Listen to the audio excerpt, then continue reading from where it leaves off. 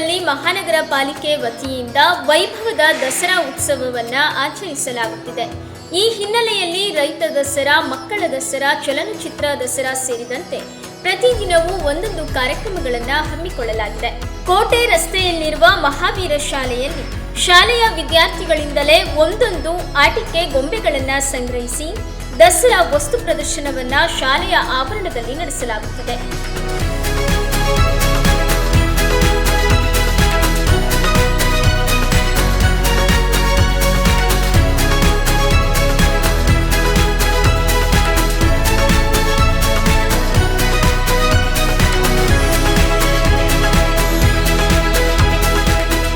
ದಸರಾ ಹಬ್ಬಕ್ಕೆ ಅಂತ ಮಕ್ಕಳ ದಸರಾ ಗೊಂಬೆಗಳ ಹಬ್ಬ ಅಂತ ಆಚರಣೆಯನ್ನು ಮಾಡಿದ್ವಿ.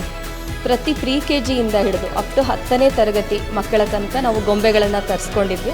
ಪ್ರತಿಯೊಂದು ಮಕ್ಕಳು ಒಂದೊಂದು ಗೊಂಬೆಗಳನ್ನು ತಂದುಕೊಟ್ರು. ಇನ್ನೂ ಕೆಲವು ಮಕ್ಕಳು ಆದಷ್ಟು ಟೆಡ್ಡಿ ಬೇರ್ಸ್ಗಳನ್ನೇ ಜಾಸ್ತಿ ತಂದುಕೊಟ್ರು.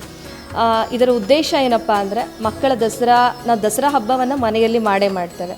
ಆದರೆ ಉದ್ದೇಶ ಮತ್ತು ನಮ್ಮ ಕಲ್ಪನೆ ಹೇಗಿತ್ತು ಅಂದರೆ ಮಕ್ಕಳು ಏನು ಈಗಿನ ಜನ್ರೇಷನ್ನಲ್ಲಿ ಆಧುನಿಕತೆಗೆ ಜಾಸ್ತಿ ಒಳಪಡ್ತೀವಿ, ಮೊಬೈಲ್ಗೆ ಒಳಪಡ್ತೀವಿ.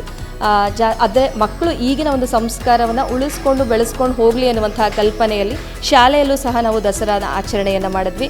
ಮಕ್ಕಳು ಆದಷ್ಟು ದೇವರು ವಿಗ್ರಹಗಳಿರಬಹುದು, ಹಾಗೆ ಒಂದು ಕಡೆ ನಾವು ಮಹಾಭಾರತ, ರಾಮಾಯಣ, ಹಾಗೆ ಒಂದು ಕಡೆ ಬೃಂದಾವನವನ್ನು ಇಟ್ಟು ರಾಯರಗಳದ್ದು ಎಲ್ಲ ರೀತಿಯ ವಿಗ್ರಹಗಳನ್ನು ನಾವು ಕಲೆಕ್ಟ್ ಮಾಡಿ ಇಟ್ಟಿದ್ದೇವೆ. ಸೊ ಈ ಒಂದು ಕಾರ್ಯಕ್ರಮ ನಮ್ಮ ಶಾಲೆಯಲ್ಲಿ ಯಶಸ್ವಿಯಾಗಿ ಆಗಿದೆ ಅಂತ ಹೇಳೋಕ್ಕೆ ಇಷ್ಟಪಡ್ತೀನಿ.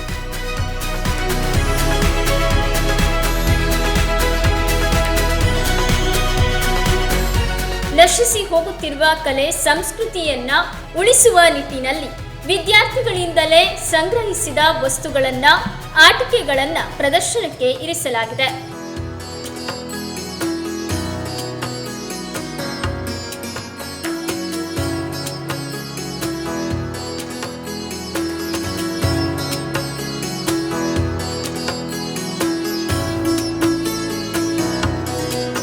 ನಾವು ಈ ವರ್ಷ ಹೊಸ ಪ್ರಯತ್ನವನ್ನು ಮಾಡಿದ್ವಿ.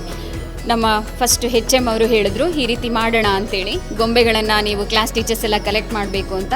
ಸೊ ಈ ರೀತಿ ಕಲೆಕ್ಟ್ ಮಾಡಿದಂತಹ ಗೊಂಬೆಗಳನ್ನು ಫಸ್ಟ್ ಸೆಟ್ರೇಟ್ ಮಾಡ್ಕೊಂಡ್ವಿ.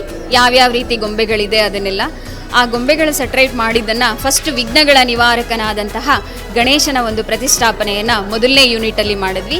ಗಣೇಶನಿಗೆ ಸಂಬಂಧಪಟ್ಟಂಗೆ ಏನೇನು ಬೇಕು, ಅವನ ವಾಹನ ಇರ್ಬೋದು, ಆನೆ ಇರ್ಬೋದು, ಅದನ್ನೆಲ್ಲ ಮೊದಲನೇ ಯೂನಿಟಲ್ಲಿ ನಾವು ಪ್ರತಿಷ್ಠಾಪನೆ ಮಾಡಿದ್ವಿ. ಎರಡನೆಯದಾಗಿ ನಮ್ಮ ಶಿವ ಅವರು ಕೈಲಾಸ ವಾಸಸ್ಥಳವಾದಂತಹ ಕೈಲಾಸವನ್ನು ನಿರ್ಮಾಣ ಮಾಡಿದ್ವಿ. ಅವರ ಕುಟುಂಬ ಸಮೇತ ಶಿವ, ಪಾರ್ವತಿ, ಗಣೇಶ, ಸುಬ್ರಹ್ಮಣ್ಯನನ್ನು ಸಹ ಅಲ್ಲಿ ಪ್ರತಿಷ್ಠಾಪನೆ ಮಾಡಿದ್ವಿ. ನೆಕ್ಸ್ಟು ಲಕ್ಷ್ಮಿಯನ್ನು ಸಹ ಪ್ರತಿಷ್ಠಾಪನೆ ಮಾಡಿದ್ವಿ. ಅದರ ನೆಕ್ಸ್ಟು ನಮ್ಮ ದುಷ್ಟಶಕ್ತಿಗಳ ನಿವಾರಕಳಾದಂತಹ ನಮ್ಮ ದುರ್ಗಾದೇವಿಯ ಪ್ರತಿಷ್ಠಾಪನೆ. ಮೇನ್ ನಮ್ಮದು ದಸರಾ ಅಂದನೇ ಗೊತ್ತು ಎಲ್ಲರಿಗೂ ಸಹ.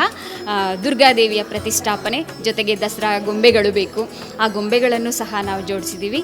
ಜೊತೆಗೆ ನಮ್ಮ ಕೃಷ್ಣ ಪರಮಾತ್ಮ, ಅವನ ಲೀಲೆಗಳು, ಕೃಷ್ಣ ಎಲ್ಲರಿಗೂ ಸಹ ಮುಖ್ಯ ಅಲ್ವಾ, ಹಾಗಾಗಿ ಆ ಕೃಷ್ಣನನ್ನು ಸಹ ನಾವು ಧರ್ಮನ ಉಳಿವಿಗಾಗಿ ಅವನು ಅವತಾರ ಎತ್ತಿದಂತಹ ಕೃಷ್ಣನ ಲೀಲೆಯನ್ನು ಸಹ ನಾವು ಅಲ್ಲಿ ಮಾಡಿದ್ದೀವಿ.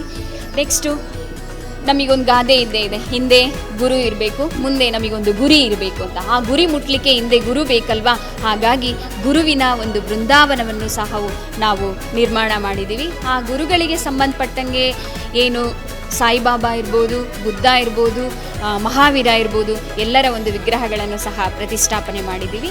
ಜೊತೆಗೆ ಮಕ್ಕಳು ತಂದುಕೊಟ್ಟಂತಹ ಟೆಡ್ಡಿ ಬೇರಿ ಗೊಂಬೆ ಅಂದರೆ ಮಕ್ಕಳಿಗೆ ಅವೇ ಅಲ್ವಾ, ಸೊ ಅವನು ತಂದುಕೊಟ್ಟಿದ್ದಾರೆ, ಅವರಿಗೂ ಬೇಜಾರಾಗಬಾರ್ದು ಅಂತ ಅದನ್ನು ಸಪ್ರೇಟಾಗಿ ಒಂದು ಡಿಸ್ನಿ ಅಂತೇಳಿ ಅದನ್ನು ಸಹ ಪ್ರತಿಷ್ಠಾಪನೆ ಮಾಡಿದ್ದೀವಿ.